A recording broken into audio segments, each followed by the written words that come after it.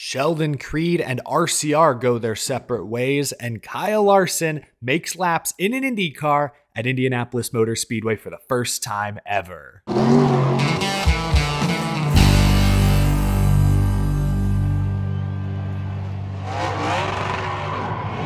How's it going, y'all? My name is Eric. Welcome to Out of the Groove. Thanks for tuning in, folks. If this is your first time here and you love all things NASCAR, why don't you hit that little subscribe button down there? We talk racing every single day on this show. You won't want to miss an episode. Tomorrow, I will study the round of 8, give y'all my updated Championship 4 predictions. But first, we've got to tie up some loose ends this week. Busy news week. In fact, as I'm recording this, Kyle Larson is on track at Indianapolis Motor Speedway behind the wheel of an IndyCar. That's right, today Larson is taking part in the mandatory rookie orientation program. I saw, according to NASCAR.com, both Jeff Gordon and Rick Hendrick are in attendance. Remember, Larson is going to drive a car co-owned by Arrow McLaren and Hendrick Motorsports when he attempts to qualify for the 2024 Indianapolis 500 next May. Kyle Larson has already posted some photos this morning to social media. It's starting to feel real. Kyle Larson will become the latest star driver to attempt the Indy 500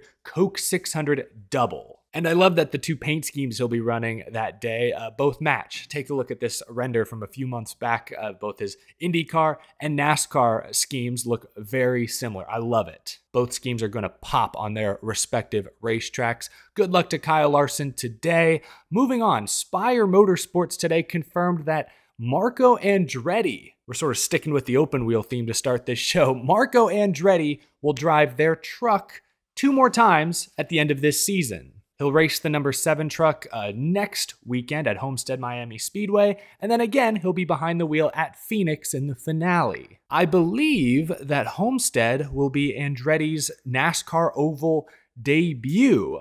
He's made one other truck start this year for Spire. It was at Mid-Ohio, a road course, finished 19th. Last year, remember, he ran an Xfinity race at the Charlotte Roval, also a road course.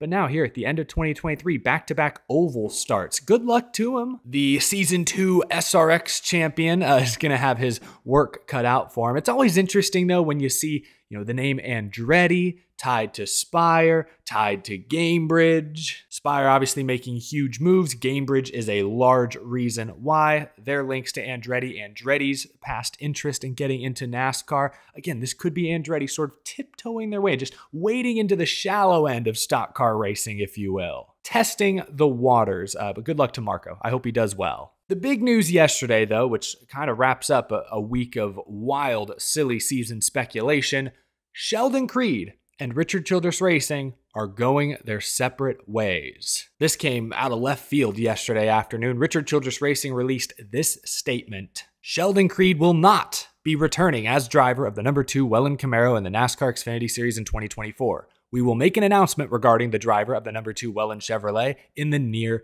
future. I don't know why, but every time I read one of these RCR statements, it just sounds so dramatic in my head.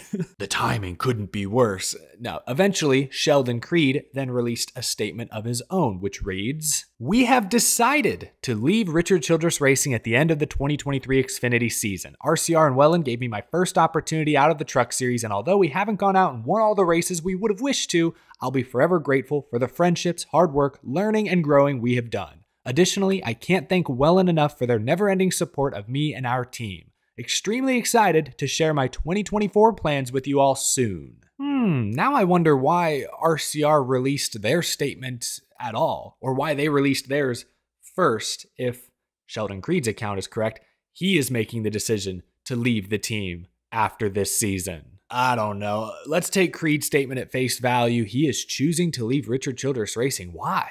Why would he leave a championship contending ride with a full season sponsor? That's something that's so rare in NASCAR these days. Rumors seem to suggest Sheldon Creed may land at Joe Gibbs Racing. He says in his statement right there, "I'm excited to share my 2024 plans with you all soon." Tells me he's got something in the works. I saw this tweet from reporter Lee Spencer, and it could be nothing, could just be speculation. But she quote tweeted Creed saying, "You can run, but you can't hide in JGR equipment." Again, I don't really know what that means, but we do know that Joe Gibbs Racing has a couple of seats to fill. John Hunter Nemechek is leaving the Xfinity Series to go up and Racing Cup for Toyota, and Sammy Smith just a couple weeks ago announced he was leaving JGR for Junior Motorsports. So Gibbs has 2 empty spots in their Xfinity lineup. And we talked about this recently. You know, they've got Jesse Love in ARCA, who just had a fantastic year. They've got Corey Heim in Trucks, who's, I think, still leading the points now that they've reset. There's also Chandler Smith, who we learned this week is actively trying to get out of his Colleague Racing contract to return to Toyota.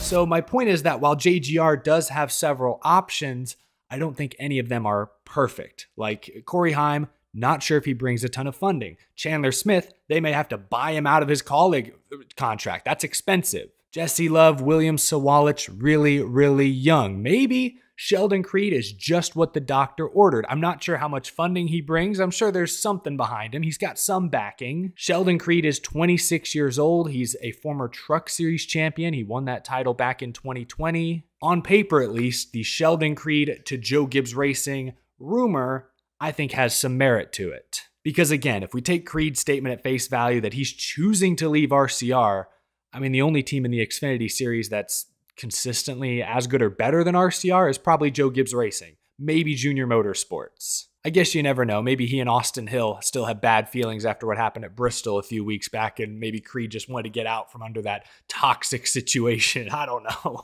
Speaking to that, I like Sheldon Creed as a driver, but I'm not sure I love him as much as many fans on social media the past 24 hours seem to love him. Like, he's good. Dude won 5 truck races during that pandemic year, won the title. Guy's legit. But he's now been in Xfinity in top-tier championship caliber equipment for 2 years, and he's still winless. I know he's got like 5 second-place finishes, and we see flashes of brilliance. Like, I think back to last year's finish at Darlington, where he was dueling Kyle Larson, Noah Gragson in peak form at the end there. And, he tried some crazy stuff to hold those guys off and just came up a little short. I was at Daytona a few weeks ago, and he made a great move on the last lap to draw up even with the leader. Just got beat by inches. He's definitely improved from last year to this year. You look at the numbers. His average finish from last year to this year has improved by almost 4 positions. Last year, he missed the playoffs. That was pretty disappointing. This year, he's in the playoffs. He's actually still alive. He's in the round of 8. So I like Sheldon Creed. I don't love him. At some point, you got to break through and win. Maybe when he does, the floodgates will open. He'll have a 3, 4, 5 win season next year. That's certainly possible. Sheldon Creed can wheel a race car. I've seen him pull off wild moves, some crazy good saves. I remember watching him race or run stadium super trucks a few years back. Dude's crazy, mostly in a good way, but I guess I'm not quite as sold on him as many others are. Winless in 2 years in Xfinity, as close as he's been, that's still not very good. I like Sheldon Creed. I don't think I love him. But if he ends up at Joe Gibbs Racing, that'll obviously be a huge win for him. I think even from JGR's standpoint, they're getting a quality driver who's capable of running up front and winning. They may give him exactly what he needs to finally deliver. But now let's talk about Richard Childress Racing. A few weeks back, they announced Austin Hill, somewhat surprisingly, was staying with the team, was going to sign on to drive the 21 car again next year. I was a little surprised by that news, considering Austin Hill had been linked to Colleague in the Cup Series.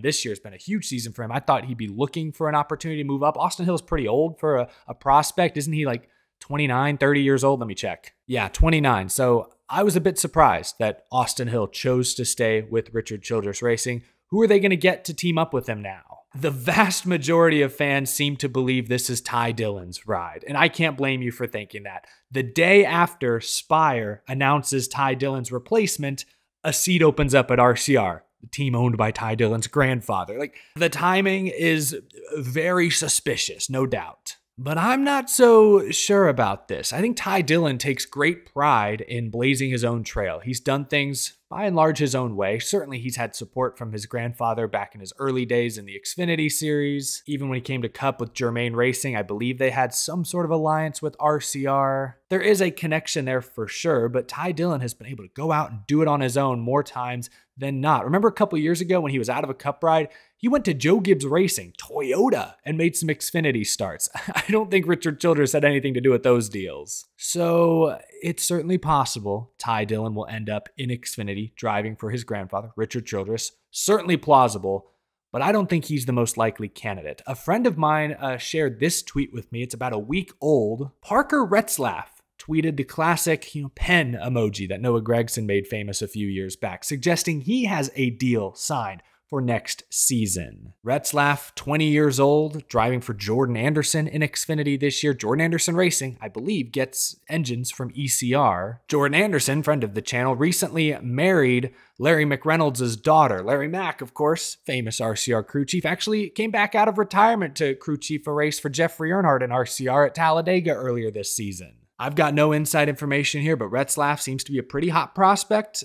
6 top 10s this year for Jordan Anderson. Not terrible. He's really young. He's already a Chevy driver. Jordan Anderson's connections to RCR, I could see a deal being worked out between them. Would not be shocked if Parker Retzlaff is RCR's next Xfinity Series driver, but there are a number of suggestions out there. Some folks have said Noah Gragson. This could be a great landing spot for him. I suggested earlier this week that the best move for Gragson would be to find a top truck or Xfinity Series ride and maybe rebuild some of that confidence that he lost his rookie year in Cup. Kind of go the Cole Custer route, if you will. But at the same time, Bob Pockrass earlier this week linked Gragson to Stuart Haas, the number 10 Cup Series car. Obviously, things could change. That's not set in stone, but still, that's interesting. That makes me think Gragson probably not an RCR candidate. I've talked a lot about fit with Noah Gragson. I don't think he would fit with RCR very much. Richard Childress is very old school. Gragson is a big personality. Even Kyle Busch this year driving for Richard Childress. Sure, he'd mellowed out a bit in recent years, but this year, you watch Kyle Busch in interviews, I feel like he's more cool, calm, and collected than honestly I've ever seen him. I don't know if there's an RCR effect there, but it wouldn't surprise me if there is. So let me know what you think down in the comment section below. This RCR number 2 car is a championship contending Xfinity Series seat, a great step in the Chevy development pipeline. Whoever gets it, I think will be on Cup Series teams' radars sooner rather than later. This is a big seat to fill. Who gets it? Do you think Ty Dillon is the easy pick? What about Parker Retzlaff? Does that theory have any weight? Will a wild card swoop in and end up taking this seat? I guess we'll all find out together. But there you have it. Thanks for tuning in, folks. Leave a like if you enjoyed this video. Again, if you're new, you love NASCAR, hit that subscribe button so you don't miss any of the latest news, rumors, race recaps, and more. And thank you to my Patreon supporters for continuing to support the show each and every month. I'll be back tomorrow to preview the round of 8. Can't wait. Gonna break down all the numbers, get real crunchy in the trenches. I'm looking forward to it. I'll see you there. Have a wonderful rest of your day, folks.